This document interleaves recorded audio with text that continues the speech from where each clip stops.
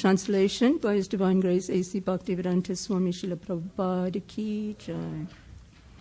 O Maharaj Pariksit, by observing their husband progressing in spiritual progress, Subari Muni's wives were also able to enter the spiritual world by his spiritual power, just as the flames of a fire cease when the fire is extinguished. Please repeat. O Maharaj Pariksit, by observing their husband progressing in spiritual existence, Subari Muni's wives were also able to enter the spiritual world by his spiritual power, just as the flames of a fire cease when the fire is extinguished. Purport. As stated in Bhagavad Gita 9.32, Shriya Vaishas Tata Sutras Ti Pyayanti Paramgatim, women are not considered very powerful in following spiritual principles, but if a woman is fortunate enough to get a suitable husband who is spiritually advanced, and if she is always engages in his service, she also gets the same benefit as her husband. Yea, it is clearly said that the wives of Subari Muni also entered the spiritual world by the influence of their husband. They were unfit, but because they were faithful followers of their husband, they also entered the spiritual world with him. Thus, a woman should be faithful servant to her husband, and if the husband is spiritually advanced, the woman will automatically get the opportunity to enter the spiritual world.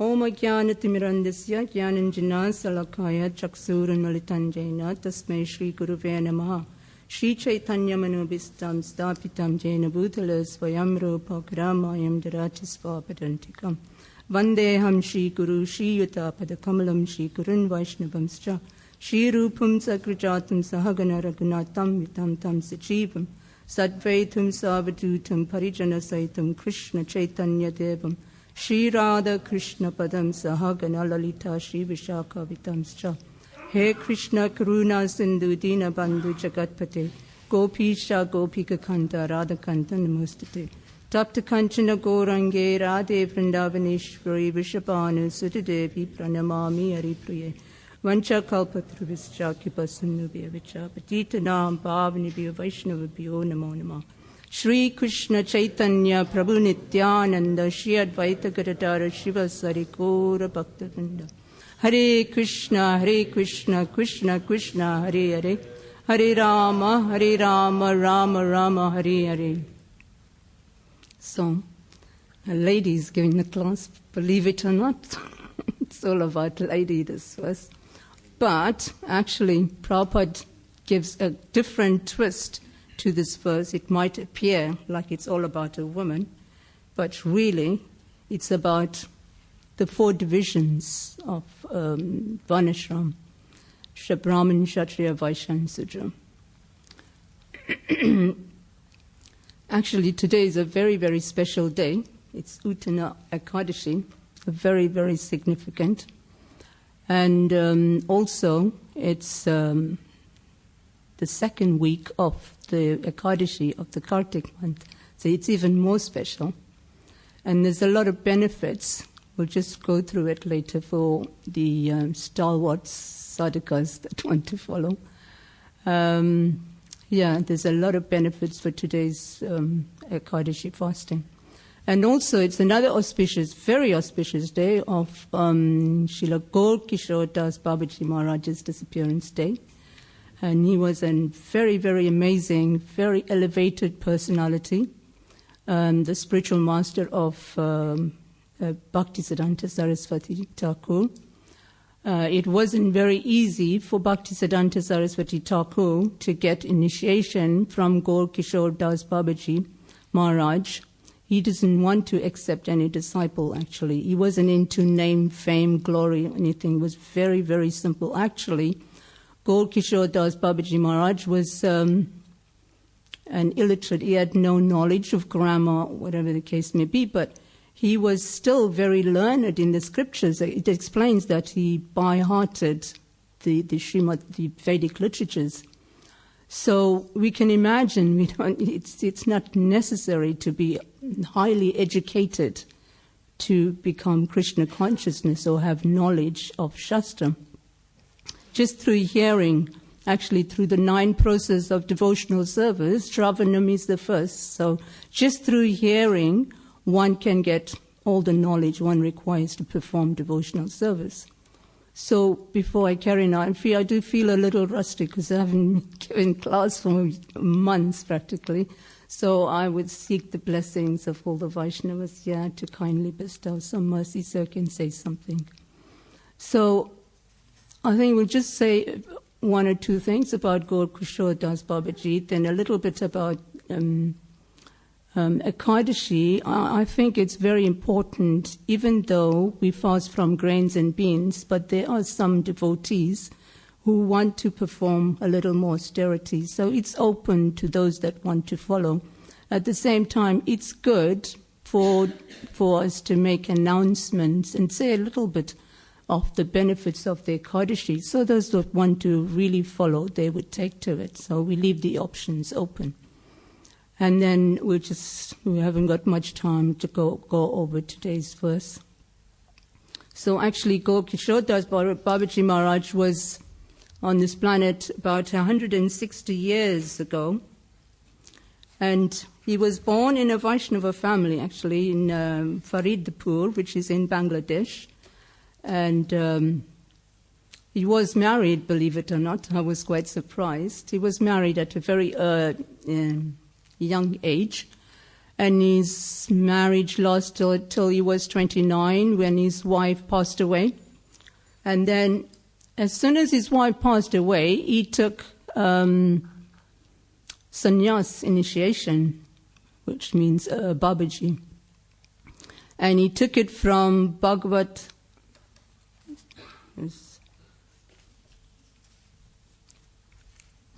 Srila Bhagavat Das Babaji he took. And Bhagavat Das Babaji was the disciple of Jagannath Das Maharaj. Jagannath Das Babaji Maharaj. So after his sannyas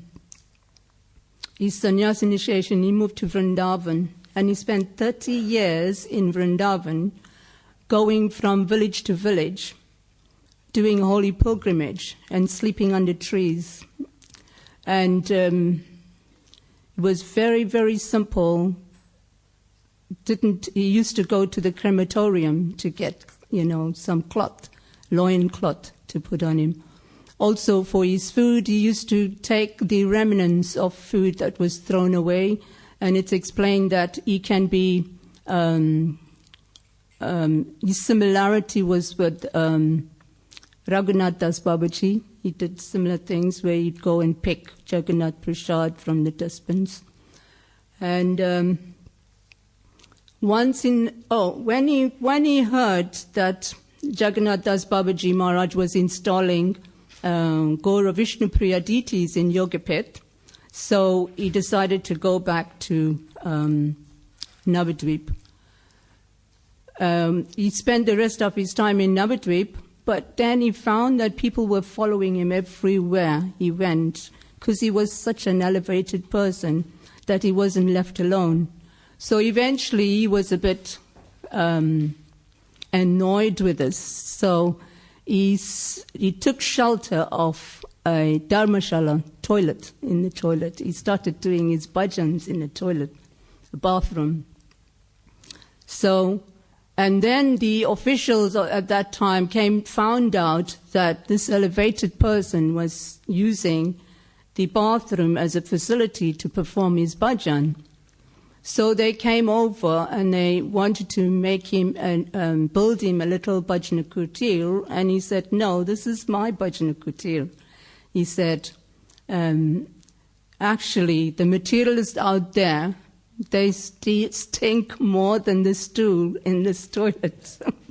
That was his argument. So actually, I had a very interesting story this morning from Doyle Baladev, and he said, Shivaram Maharaj gave the story, that when Bhaktisiddhanta Saraswati's disciples, they went to visit Gaur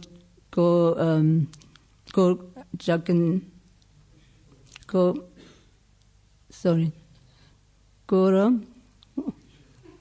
Kishore Babaji. They went in and they could hear each brick chanting the Maha Mantra. And then they came back and they said to Bhaktisiddhanta, they couldn't understand. They went to visit Jagannath Das Babaji, and each one of the bricks were resounding the Maha Mantra.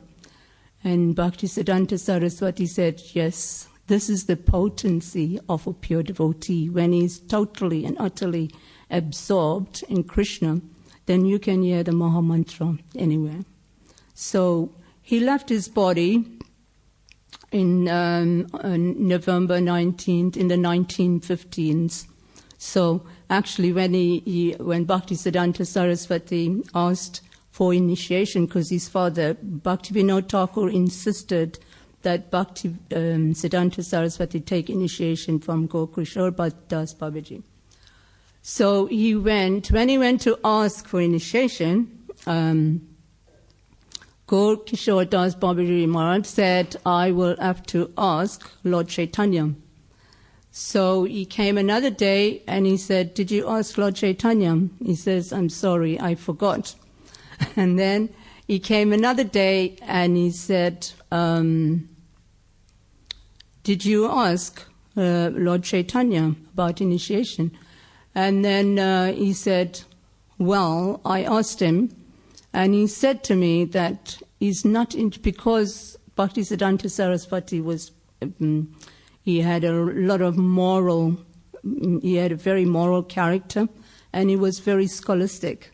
So Bhaktisiddhanta Saraswati, Gaur Kishore Das Babaji Maharaj said to him, Lord Chaitanya told me he's not interested in people with moral principles and scholarship. So Bhaktisiddhanta Saraswati said, why are you speaking like this? Because you are worshipping the cheater of all cheaters, Krishna.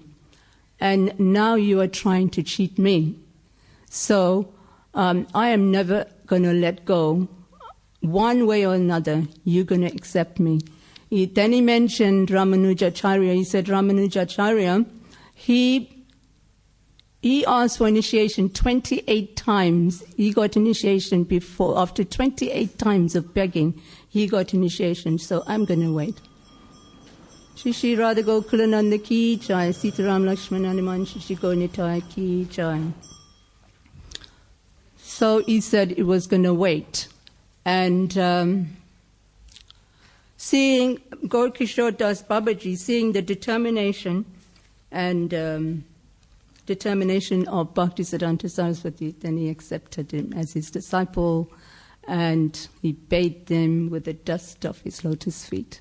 Shri Shri Gaur Kishore Das Babaji Maharaj ki jai, Srila Prabhupada ki jai. So this Ekadashi, to say very quickly what it's about, I'll just read it, what I read. This is the second Ekadashi of the month of Kartik, second week. Yeah. And the benefits of this Ekadashi as spoken by Lord Brahma to Narada. It's more potent than a bath in the Ganges, and it's more powerful in nullifying all sins than 1,000 Ashvamedha sacrifices, and also 100 Rajasuya sacrifices. So it's explained that if you perform this Ekadashi all day or all night, then you'll never take birth in the womb of a woman. Anyway, we'll put that aside if someone wants to take that opportunity to go there. But actually, Shruti made very important points this morning, that this Ekadashi is for 4 days, Pancha, Bhishma Panchaka. So, there's so many ways of doing it. I mean, if you fast once a day, you get some benefits. If you want to read that, Uttana Ekadashi on ISKCON Desire Tree, you can Google it, and all the benefits is there. You can read it. Either way, you will get benefit. However you fast, you eat once a day, you fast from grains, or you eat twice a day, or you fast all day. However way, there is some benefits. So, it'll be nice if we can do something. So today's verse, let's refresh our memory. O Maharaj Parikshit, by observing their husband progressing in spiritual existence, Subara Muni's wives were also able to enter the spiritual world by his spiritual power, just as the flames of a fire cease when the fire is extinguished. So Prabhupada, I was looking at 932. He makes a point there about the 4 varnas and the ashrams. He says that although this Krishna consciousness has taken birth in India, Krishna took his birth in India, still this Krishna consciousness is for the world. So he's explaining there that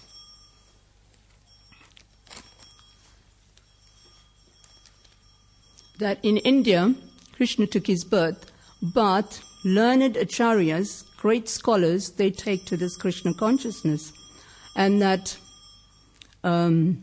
yoni, in that verse 932, he explains that yoni means different species. And papa yoni means one who has got very little facility for advancing themselves in spiritual life. So actually, a woman is actually considered to be the legs of the living entity. The legs, or in the class of a Shudra. But that doesn't make her disqualified if she overcomes, because Prabhupada explains this Varna and Ashram is a social structure. It has nothing to do, once a person becomes a Vaishnava, and he explains that we have we don't say that one has to go through the 4 varnas before they have to come to Krishna consciousness. And in 932, Krishna himself says, if one takes to this path of devotional service, all other aspects of the varnas and the ashrams is not necessary.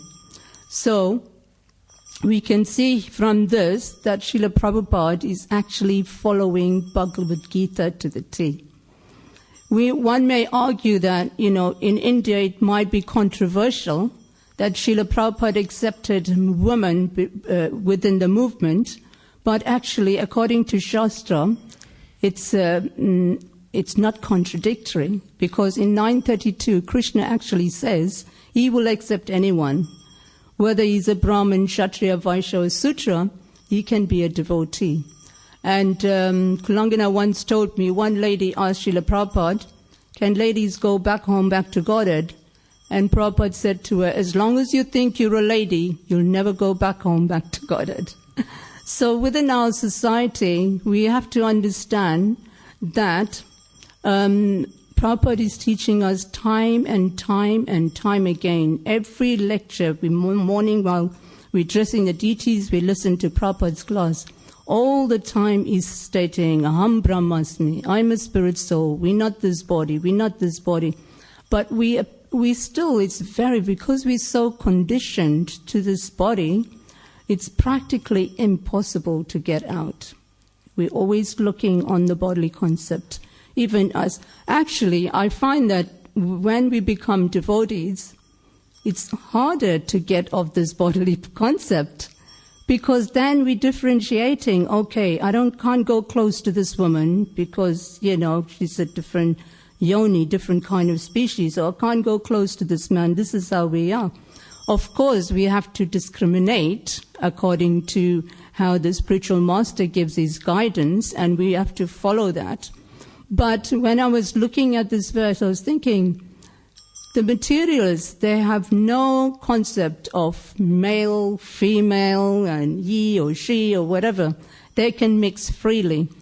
It almost appears that they're not on the bodily concept of life, but as soon as we become devotees, it becomes more difficult because we are more conscious about things. Therefore, Prabhupada said, we have to be conscious before we become Krishna conscious. So if we worry about all the little details, big things take care of themselves. He also mentioned that managers, managers within ISKCON, if they take seriously to their sadhana, to this Krishna consciousness, then management will follow like a shadow. You don't have to. And so this is the thing. We have to try our best. It is an austerity, but try to come off the bodily platform to understand we are all spirit soul. And actually, Prabhupada made a very interesting statement at the bottom here. Thus a woman should be very faithful servant to her husband, and he qualifies this by saying, and if the husband is spiritually advanced, the woman will automatically get the opportunity to enter the spiritual world. So I find in this day and age, it's absolutely difficult to get either the wife or the husband to get motivated towards that goal. It's very difficult. It's either the man, the husband, who is very devotionally inclined, and he goes all out for Krishna consciousness or to achieve the goal, or the woman who wants to go all out for the goal. It's very, very rare that you'll get husband and wife going hand in hand together, performing devotional service really strictly to achieve the goal.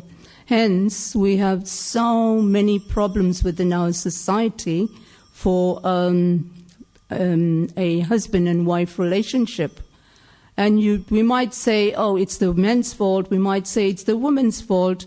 And it's very, very difficult. Therefore, Prabhupada said that each one flies their own plane. We have to be the example ourselves. The husband cannot depend on the wife, neither can the wife depend on the husband. Of course, the wife is submissive. She would follow, serve the husband very sincerely. At the same time, she needs to be the example, as Prabhupada is saying. He actually initiated women and gave them Brahman. In Vedic times, it's explained women or the Shudras never got the Brahman thread. Actually, there was no initiation for women because women they saw their husbands as the spiritual master, and they were always protected. They called the fairer sex or the weaker sex. So they meant, who was it? Women, children, old people, the cow. All these have to be protected. So we can see women today are used as a commodity. They're used as an advertising paraphernalia for economy of the country, for sense gratification, for all sorts of things. Because wealth, Prabhupada explains that wealth and woman makes the world go round today. Those are the two things, wealth and woman. So this is what happens. If they use a woman to advertise in the material world, then automatically wealth comes. And I read, what's his name? Dhira Bhakta gave some shocking statistics about, the exploitations of women and children. And sometimes I listen to Radio 4 to listen to, the various things that are going on in the world. And I heard the other day that care homes, foster homes, are the worst hit for abuse of teenagers and children. Because the children have no parents, girls or young ladies, 14, 15, they have no home because their parents are drug addicts and alcoholics. They have no one to turn to, so they take shelter of care homes and refuge places. But because these children, these young teenagers, they're so vulnerable to society, to the materialists, they get exploited. And you never know. I heard of a person the other day that she was taken into a care home. She was about 14 or 15, and for years and years and years, a carer abused her, first grooming her with chocolates and sweets and speaking nice words, because she wanted this love, she wanted this affection so badly. For years and years and years, she was exploited until she was about 35 or 40. She realized, what am I doing? And then she disclosed it. So women like this, after years and years and years of abuse, they find the courage and the need to speak out. And it's a bit late, and the pain, the trauma is always implanted in the mind and the brain, and they give up on society. So it's our duty to, present this philosophy, this Krishna consciousness to everyone, because it's explained this is the only way, there's no other way to attain happiness. Happiness from within and from without. So because we feel this in our heart, we feel there's nothing more to look for. We've got the highest, we've got the perfect knowledge that we've been given to us by Srila Prabhupada and the Parampara. So we should feel compassion and take this out and give it to other people, because there's so much suffering there, so much suffering and pain. If we behind closed doors, we'll never get to know. So we have to go out there and see. Only once, after years and years and years of being in this temple, 2 weeks ago, I thought I want to go out with Food for Life to see what's happening out there. And I was distributing prasadam to the homeless. And they are in such a sorry state of affairs. It's unbelievable. You feel so much pain. And actually, one person that was in the queue was a devotee of Srila Prabhupada. And he wouldn't give me his name. He wouldn't, but he remembered my name. I said to him my name, and he remembered my name. He kept calling me, but he would never. I was pleading with him to give me his name. He said no. But he knew the Shastra. He came for food. He was in the queue with the others. He was looking well dressed, but he had no home. He was homeless. So he took prasadam, and he was telling me about the Shastra, and he was talking about his godbrothers, some of his godbrothers. He was talking about Keshava Bharati Maharaj and Raghubir, Chaitanya from South Africa, Chaitanya Maharaj, Bhakti, talking about him. And I thought, what an unfortunate circumstances. But he's still got Krishna. I'm sure he's talking about Krishna to all the other homeless people, because he's still got that effulgence. He's still got that light. He just need to be, encouraged. So in this way, there's so many people out there that are struggling and needing help. So Prabhupada keep explaining how, well, once you're a devotee, you don't have to worry about the 4 varnas and ashrams, although, of course, we follow them and we are conscious about them. In Srimad Bhagavatam 2.4.8, he gives a very, very elaborate explanation about the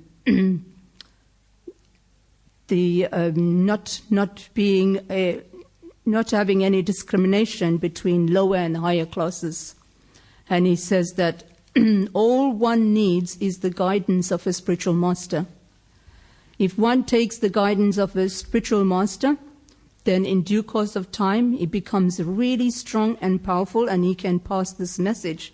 And he said anyone can become a devotee, and he used that example of him in America, in Tompkinson Square Park, where, all the hippies surrounded him while he was just chanting the Maha Mantra.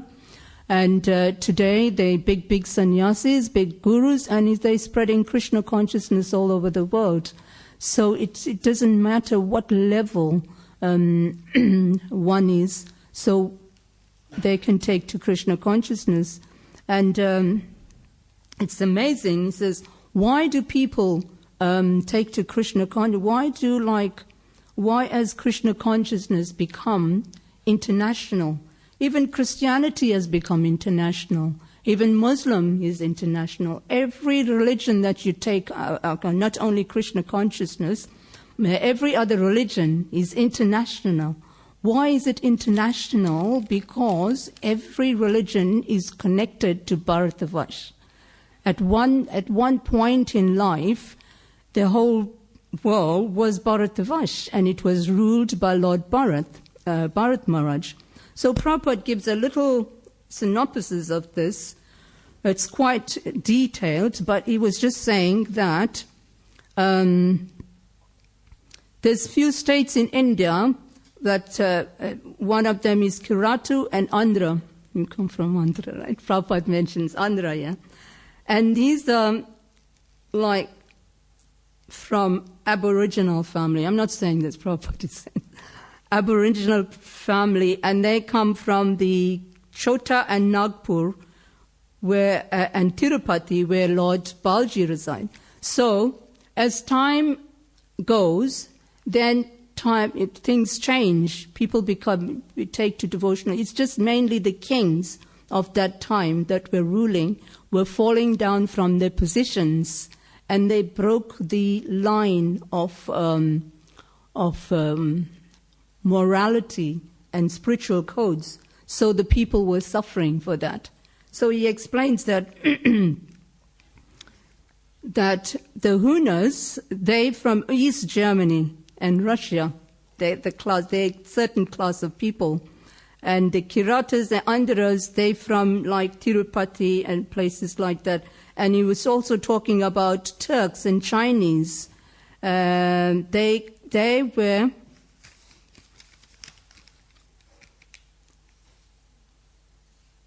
the Turks and Chinese were actually, in the early days, they were defeated by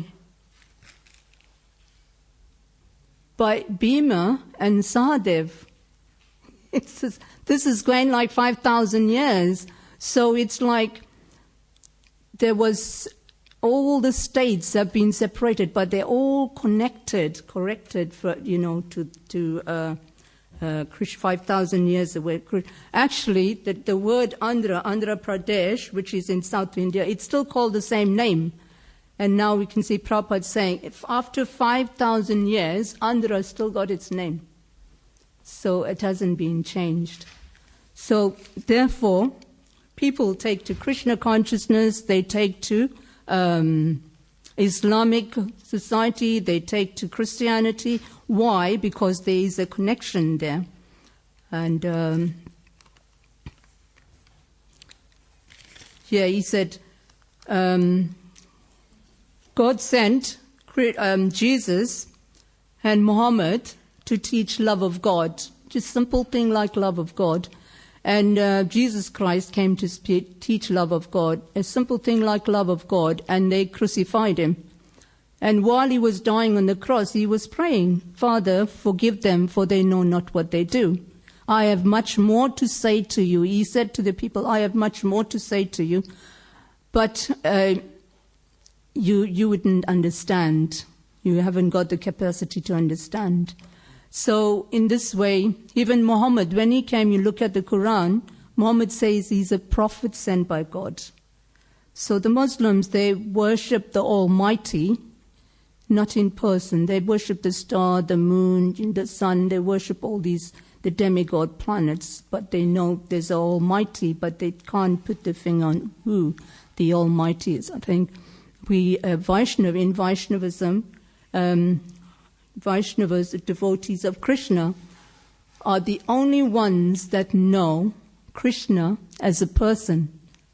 His personal address, his name, his form, his consort, his wives, all the details, his biography is there for us. Any details you want to know about Krishna is there.